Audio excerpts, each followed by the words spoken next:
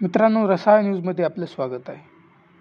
वाल्मिक कराडला ज्या पोलीस स्टेशनमध्ये ठेवण्यात आलं आहे त्याच पोलीस स्टेशनच्या बाजूला एका पोलीस कर्मचाऱ्याने पिंपळाच्या झाडाला लटकून आपला जीव संपवला आहे.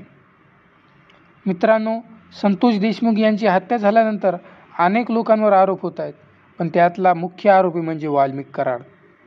वाल्मिक कराडबद्दल असं सांगितलं जात आहे की त्याने अनेक पोलीस कर्मचारी तसेच अनेक वरिष्ठ अधिकाऱ्यांसोबत मिळून अनेक गुन्हे केले आहेत.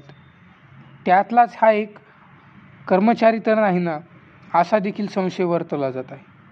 मित्रांनो, का त्या माणसाने गळफास घेतला आणि त्याचा काही संबंध आहे का वाल्मिक कराडसोबत, आपण जाणून घेऊया या व्हिडिओच्या मार्फत.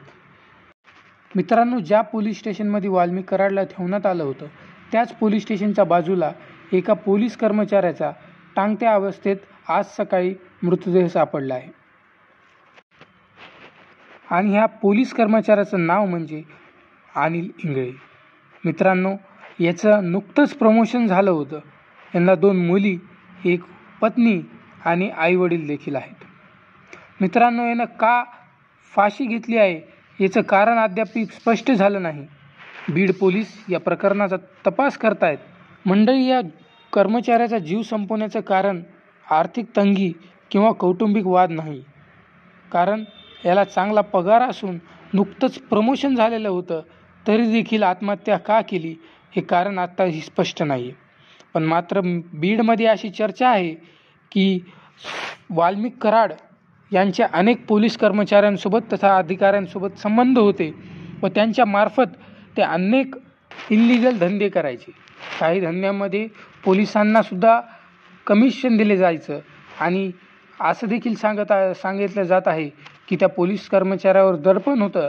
आपलं नाव पुढे आलं, आपली बदनामी होईल किंवा आपल्याला नोकरीतून काढण्यात येईल असं देखील त्याच्यावर दडपण होतं.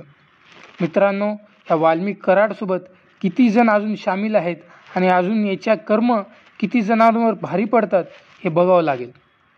नुकतंच आज सुरेश दस यांनी देखील सांगितलं आहे की बीडमध्ये पोलीस कर्मचाऱ्यांची गरज नाही.